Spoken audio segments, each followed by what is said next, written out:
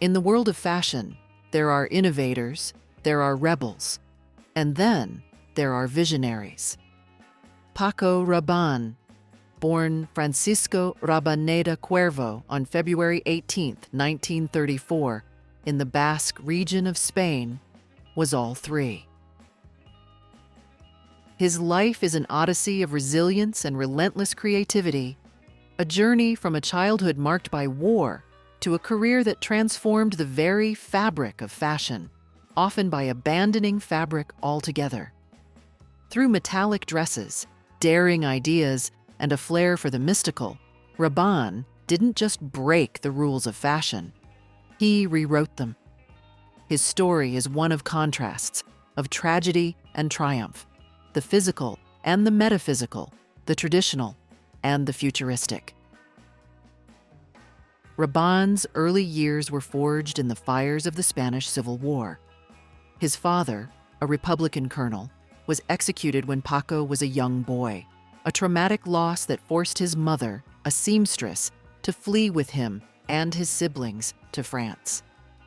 In their new home, his mother resumed her work in fashion, creating garments for an elite clientele and even collaborating with the legendary Cristobal Balenciaga. It's impossible to ignore the influence of this early exposure to craftsmanship and couture. Paco absorbed not just the techniques of garment making, but also an understanding of fashion as a form of self-expression and art. Yet, he would take these lessons and transform them into something entirely his own. At this stage in his life, Rabanne showed no inclination toward fashion design. Instead, he pursued architecture at the École Nationale Supérieure des Beaux-Arts in Paris, where he studied modernist principles and cutting-edge materials. This background would later become his secret weapon, equipping him with an unparalleled understanding of structure and form.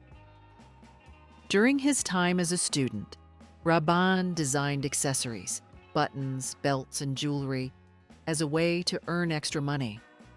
These creations, which often featured unconventional materials like rhodoid and metal, caught the attention of Paris's top couture houses, including Dior, Balenciaga, and Givenchy. This unexpected foot in the door to the fashion world marked the beginning of his journey toward haute couture, but Rabanne was never content to play by the rules of others. His early experiences as an accessory designer taught him to value the importance of detail, craftsmanship, and innovation. These principles would soon explode onto the global fashion scene in a way no one could have anticipated.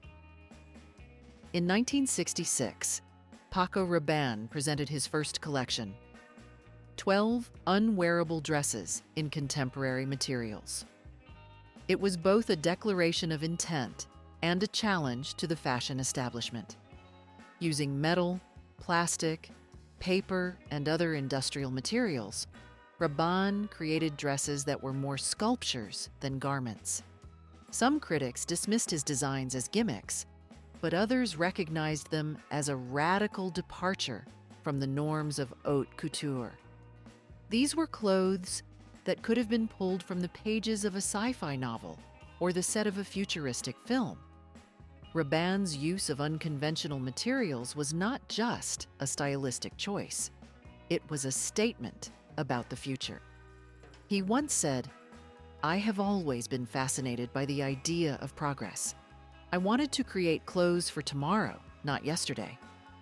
One of his most iconic designs, a mini dress made of metal discs linked together, embodied this ethos. It was bold, it was industrial, and it shimmered with a kind of otherworldly beauty.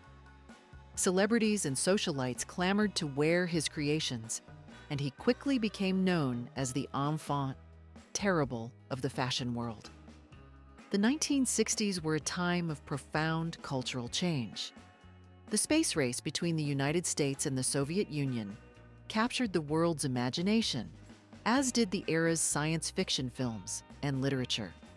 He earned the nickname the Space Age Designer for his metallic, geometric, and seemingly extraterrestrial creations. But it wasn't just about aesthetics. Rabanne was deeply interested in the idea of the future as a blank canvas. His work reflected a world that was rapidly changing, embracing technology and innovation while challenging old norms. It's worth noting that Rabanne's designs were not always practical, nor were they meant to be. He saw fashion as art, as a medium to provoke thought and conversation. Whether or not his dresses were comfortable to wear was almost beside the point. Paco Rabanne's vision extended far beyond the runway. He collaborated with filmmakers, creating costumes that elevated his avant-garde designs to iconic status. Perhaps his most famous cinematic collaboration was with Jane Fonda for Barbarella, 1968.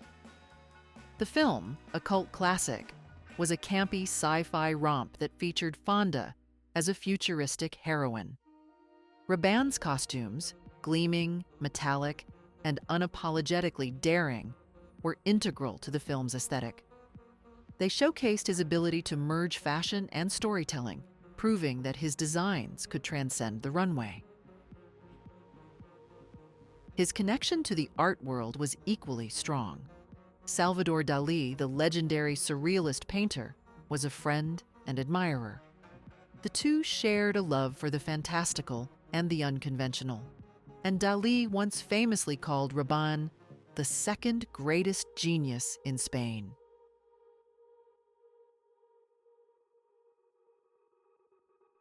Rabanne's designs also appeared in art galleries, blurring the line between fashion and sculpture. His work challenged traditional definitions of both, asking audiences to reconsider the boundaries between practicality and art.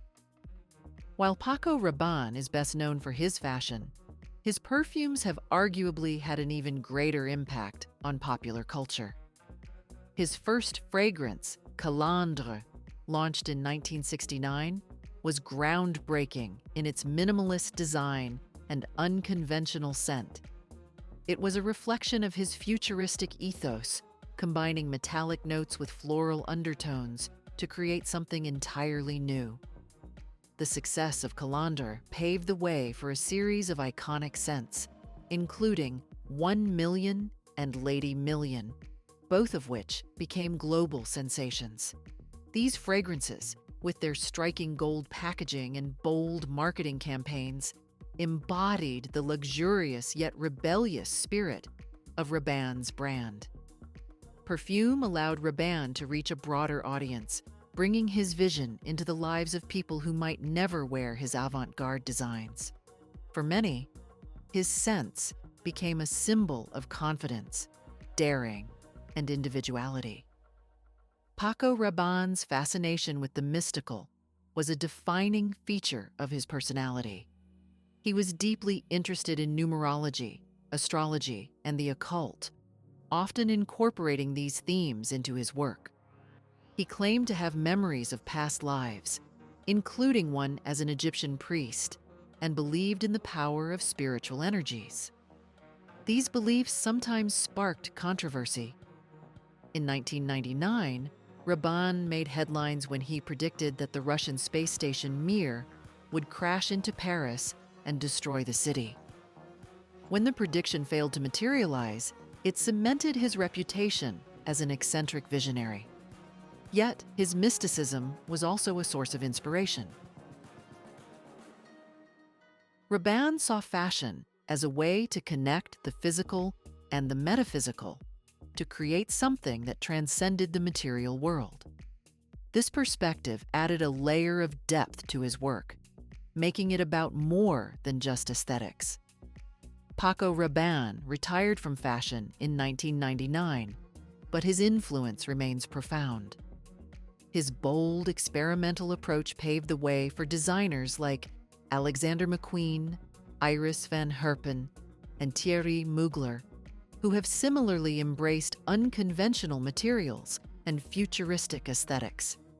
Rabanne's legacy is also preserved in museums and exhibitions around the world.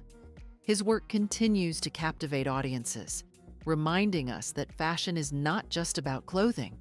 It's about challenging norms, exploring new ideas, and imagining the future.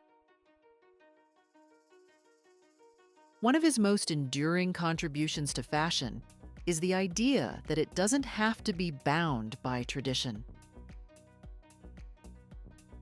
He proved that a dress could be made of metal, that perfume could be an art form, and that fashion could tell stories about worlds yet to come. What made Paco Rabanne truly unique was his ability to embrace contradictions. He was a practical architect and a dreamy mystic, a rebel and a perfectionist, a futurist and a historian. He approached life with a sense of curiosity and wonder, always asking, "What if?" In interviews, Rabanne often spoke about his desire to create something timeless.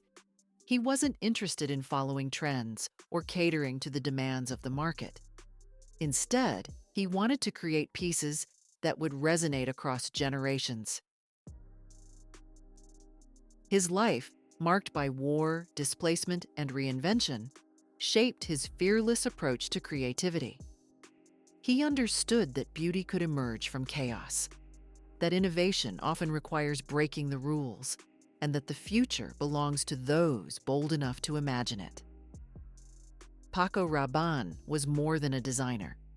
He was an alchemist, a visionary who transformed metal into garments, dreams into reality, and adversity into art. His story is a testament to the power of resilience and imagination, a reminder that creativity knows no bounds. In a world that often clings to convention, Rabanne dared to be different. He looked to the future and asked, "Why not?" And in doing so, he changed the course of fashion forever. Even today, Paco Rabanne's work feels like a glimpse into the future, a future that is bold, beautiful, and unafraid to defy expectations.